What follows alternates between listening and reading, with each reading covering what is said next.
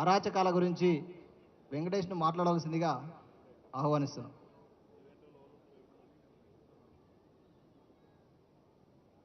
Congress party నిరుద్యోగ బాకీ card ఆవిష్కరణకు వచ్చినటువంటి నిరుద్యోగ మిత్రులందరికీ కూడా నమస్కారం. కాంగ్రెస్ పార్టీ అధికారంలోకి రాకముందు అంటే ఎలక్షన్కు ముందు అన్ని నోటిఫికేషన్లు వచ్చినాయి. గ్రూప్ 1 కానీ, గ్రూప్ 2 కానీ, గ్రూప్ 3 కానీ, డిఎస్సి కానీ, పోలీస్ రిక్రూట్మెంట్ కానీ అన్ని నోటిఫికేషన్లు వచ్చినాయి. ఏదో ఒక ఉద్యోగం కొట్టుకొని పోదామని చెప్పి సీరియస్గా మేమందరం కూడా ప్రిపరేషన్ అవుతున్న తరుణంలో దళిద్రులు ఎక్కడి నుంచి వచ్చారో కానీ మమ్మల్ని ఇప్పటికీ రోడ్ల పాలు చేసినటువంటి పరిస్థితి. ఎందుకంటే కాంగ్రెస్ అంటే ఢిల్లీ నుంచి రాహుల్ గాంధీగా మేము రేవంత్ రెడ్డి మాట్లాడినటువంటి ఊగదంపుడు ఉపన్యాసాలని ఆయన ముఖం చూసి ఓట్లేదు. కోదండరాం సారు తెలంగాణ ఉద్యమకారుడు అయినటువంటి కోదండరాం సార్ను చూసి మేము ఓట్లేసినాం.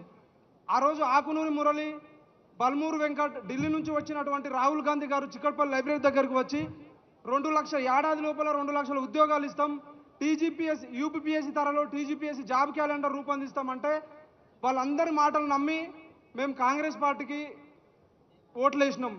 అదేవిధంగా కోదండరాం సార్ కానీ, ఆకునూరు మురళి సార్ కానీ, బల్మూరు వెంకట్ కానీ వీళ్ళందరూ నిరుద్యోగులు ఎక్కడుంటే అక్కడికి వెళ్ళి కాంగ్రెస్ పార్టీని అధికారంలోకి తీసుకురండి, బుక్కులన్నీ పక్కకు పెట్టండి, గ్రామాల్లోకి వెళ్ళండి అని చెప్పిర్రు.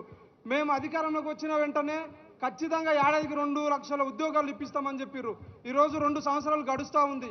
వాళ్ళు ఇచ్చినటువంటి హామీలపై కనీసం వాళ్ళని కలిసి వినతి పత్రం ఇస్తామంటే కూడా పోలీసు వాళ్ళని పెట్టి అరెస్ట్ చేస్తున్నటువంటి పరిస్థితి తెలంగాణలో ఉంది.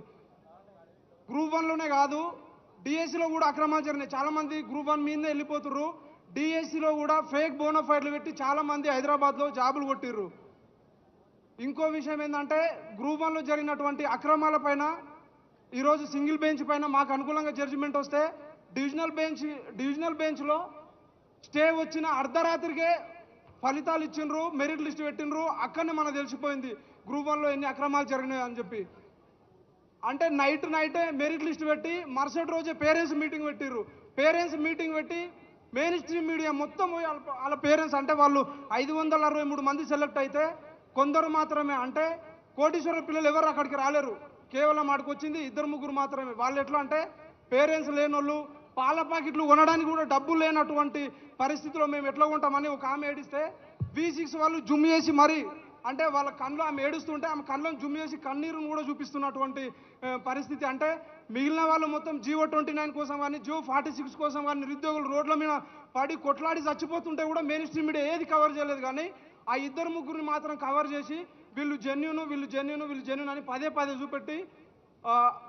చూపెట్టే ప్రయత్నం మెయిన్ స్ట్రీమ్ మీడియా చేసింది. అంటే మాకు ఏది సపోర్ట్ లేదు. ప్రతిపక్షాలు నిరుద్యోగులకు సపోర్ట్ చేస్తే వాళ్ళ దగ్గరకు పోయి మాకు సపోర్ట్ చేయండి అని మేము అడిగితే వాళ్ళు డబ్బులు ఇస్తుర్రు, వీళ్ళు అమ్ముడు పోయినరు, కోవట్లు అది అని చెప్పి చాలామంది మాట్లాడుతూ ఉన్నారు. అది చాలా బాధాకరం. కాంగ్రెస్ పార్టీ ఇచ్చినటువంటి హామీలన్నిటినీ నెరవేర్చాలి. నెరవేర్చకపోతే అంటే తెలంగాణలో ఉన్నటువంటి 35 లక్షల మంది నిరుద్యోగులం ఏకమైతాం. మాకు ఏవైతే హామీలు ఇచ్చిందో హామీలన్నిటిని కూడా నెరవేర్చుకుంటామని చెప్పి తెలియజేస్తున్నాం. గ్రూప్ 1 ఆస్పిరెంట్ ఝాన్సీ రాణి గారిని వేదిక మీదకి ఆహ్వానిస్తాం.